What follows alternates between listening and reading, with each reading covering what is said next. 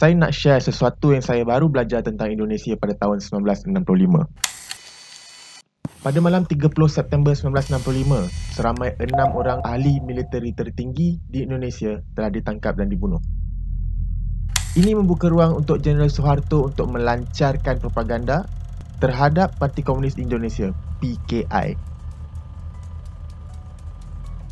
Ini adalah suatu perbincangan tentang pertumpahan darah yang terbesar di Indonesia dan kaitannya dengan komuniti Indonesia di New York. So let me tell you the background story dan bagaimana kisah ini akan membantu anda untuk memahami dan enjoy Ali dan Ratu-Ratu Queens.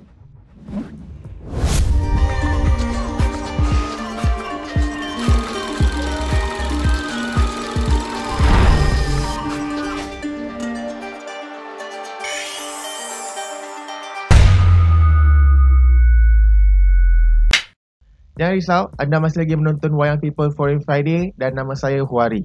Bulan lepas Netflix telah rilis satu lagi filem Indonesia dan kali ini ada giliran sebuah filem daripada lelaki Kuswandi. Ali dan Ratu-Ratu Queens ni merupakan setting di New York City dan merupakan sebuah kisah yang diinspirasikan dan diilhamkan oleh pengalaman daripada produser dia Muhammad Zaidi atau AD yang pernah menetap di Queens, New York City. Dan setiap kali saya menonton sebuah filem tentang seseorang yang berada di perantauan, saya memang tak lari dari nak fikir kenapa diorang boleh end up kat situ dan kenapa dekat situ specifically. So, this brought me to this one question. Ada apa dengan Queens? New York City ada 5 boroughs. The northern side is the Bronx, most associated with the Yankee Stadium, and then Al Pacino dan Jennifer Lopez pun berasal dari sini. Kemudian kita ada Manhattan, home to the most of the city's skyscraper. Dan kat sini ada Times Square, ada Central Park and of course the World Trade Center dulu yang diserang pengganas. Kemudian kita ada Staten Island dekat bahagian selatan dan di sini terkenal dengan ferry Staten Island yang free tu. Kemudian kita ada Brooklyn, which is a cultural and social center yang ada Brooklyn Bridge dan Coney Island. And here we go, this is Queens, merupakan borough yang terbesar dengan keluasan 280 km persegi, tetapi bukan yang paling padat. Dekat sini kita ada Peter Parker. 47% of the residents of Queens are foreign born. Bermaksud mereka ni sangatlah ethnically and linguistically diverse. Kehidupan di Queens ni secara generalnya adalah lebih economical, membuatkannya lebih sesuai untuk mereka yang datang dari luar untuk menetap di sini dan mulakan hidup mereka. Queens lebih mudah untuk didistinguish melalui dia punya neighborhood sebab each of them sangat berkait dengan ethnic demography. Jamaica merupakan home to large African American, Caribbean and Central American populations. Manakala Flushing is one of the largest neighborhood in Queens and has a large and growing Asian community. Corona Heights tiene la mayor concentración de los latinos de cualquier vecindario de Queens. Kalau orang Indonesia pula, ramai pula yang menetap di Amherst, di mana ada banyak Hispanic, Asian, Tibetan and other South Asian communities. Dan sekarang saya dah muncul ke soalan saya yang seterusnya. Apa Indonesians buat di Queens? Dan untuk menjawab soalan ni, saya kena kembali ke tahun 1965. Sejarah migrasi keluar dari Indonesia banyak berkisar tentang Indonesia's genocide tahun 1965. Basically, peristiwa hitam ini bermula dengan gerakan anti-komunis oleh Jeneral Soeharto di mana Parti Komunis Indonesia, PKI dan pelbagai komunis libertarian lain menjadi target. Dan ini adalah termasuk mereka dalam kalangan ethnic Chinese Indonesians atau Cindos.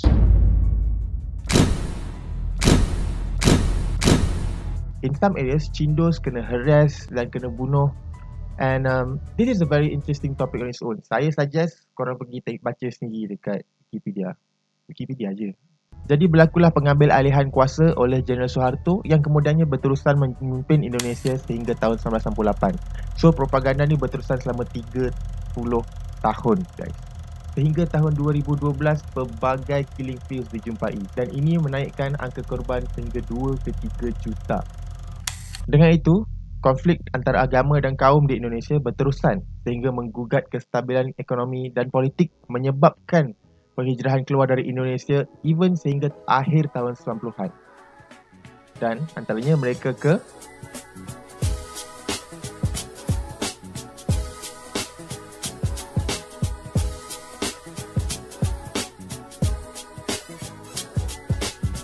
dalam satu artikel terbitan The New York Times pada tahun 2014, An estimated 7,000 Indonesians living in the NYC datang untuk memulakan hidup setelah terkesan dengan pertumpahan darah sekitar 1965 dan kebanyakan mereka adalah Cindos.